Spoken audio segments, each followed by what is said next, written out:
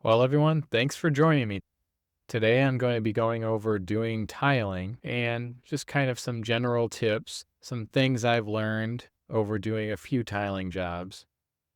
The first and most important thing when you're tiling is to plan and plan and plan everything out so that when it comes time to actually do the tile, you've already got the plan, everything's already worked out ahead of time. In my case, I used a program called SketchUp. You can see a video of it here to plan out not only the size of the tile, but avoiding slivers like small, slim little bits of tile at the top or the bottom or the sides. Also, I had a special challenge thinking about this window that was right in the middle and how to make sure that everything looked nice and even on the border around the window, as well as the normal top, bottom, ledges, everything. In SketchUp, you can see that I used herringbone, I used a diagonal offset, I used a vertical offset pattern, I used several different patterns. And this is another reason why it's so important to plan, because several of the patterns just didn't work, just didn't look very good, or they would involve a whole bunch of cuts. So I finally found a pretty good pattern. I found pretty good spacers. The important thing here is when you're planning this out is also that you get a tile that fits the space, not the way that a lot of people do it, where you just fall in love with the tile and then try to shoehorn it into place. Starting the actual tiling here, I use what's called a ledger board. The problem that you encounter without a ledger board is that when you start putting tiles up, sometimes they'll sag a little bit, especially when you do more than the first row. So you take a ledger board and you actually screw it in through the waterproofing layer. Don't worry, we're going to put some caulk over that later once it's all done. But for now, you just need a really nice straight board that's perfectly level.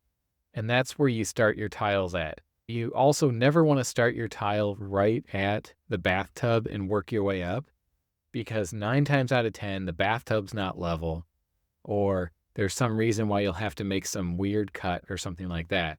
It's better just to start a little higher up. And again, this is where the planning comes in. And you just get that ledger board on there, nice, flat, level all the way across, and you just start working your way up with the tile. Now, I use a leveling system.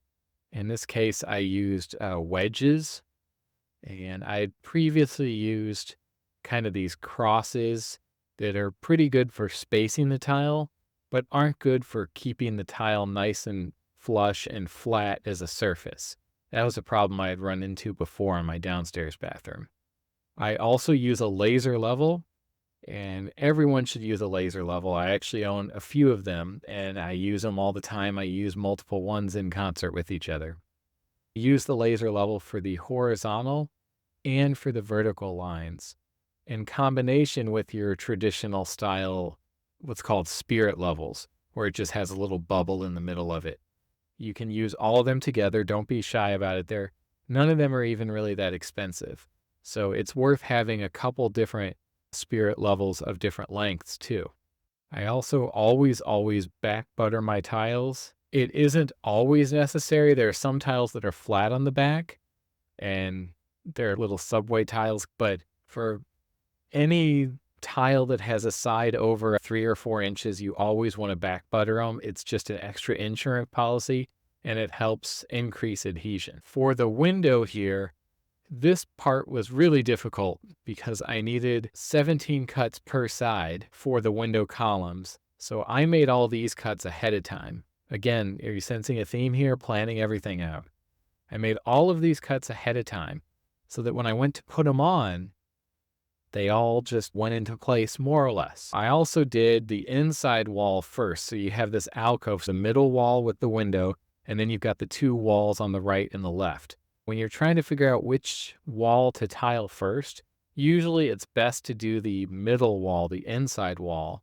That way, on the edges of the tile, you can kind of cover that up and you kind of have some wiggle room there to move in or out when you're trying to get everything perfect on the back wall first, because that's all going to be covered when you do the tile on the right and the left walls. Now, as I get to the top of the window here, I couldn't put a ledger board here because it just isn't practical. There's no real way to stick it in there.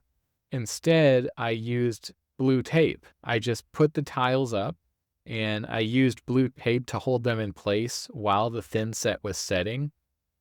And unfortunately, this did slow me down a little bit because I had to leave it for a day and let everything set up. Then the next day, I could take the tape off and start working up, and I had a nice base so that the tiles wouldn't sag downward as I was working my way up towards the ceiling. And once I got to the ceiling, again, you can see here, I have a little bit of wiggle room. The top of these tiles, I'm going to caulk over this. So this top row of tiles are not perfectly even and perfectly tight against the ceiling, and they don't have to be. That's totally fine that they're not, because I'm going to go back and put a bead of caulk where these 90-degree surfaces meet, the ceiling and the wall meets. And that's intentional. It's difficult to get those cuts so that they're tight enough that they fit in there, but not so tight that they don't fit in. And here's what the wall looked like once it was done, or mostly done. Thanks for watching, everyone. There's lots more tiling to do, and I hope you'll join me for the next video.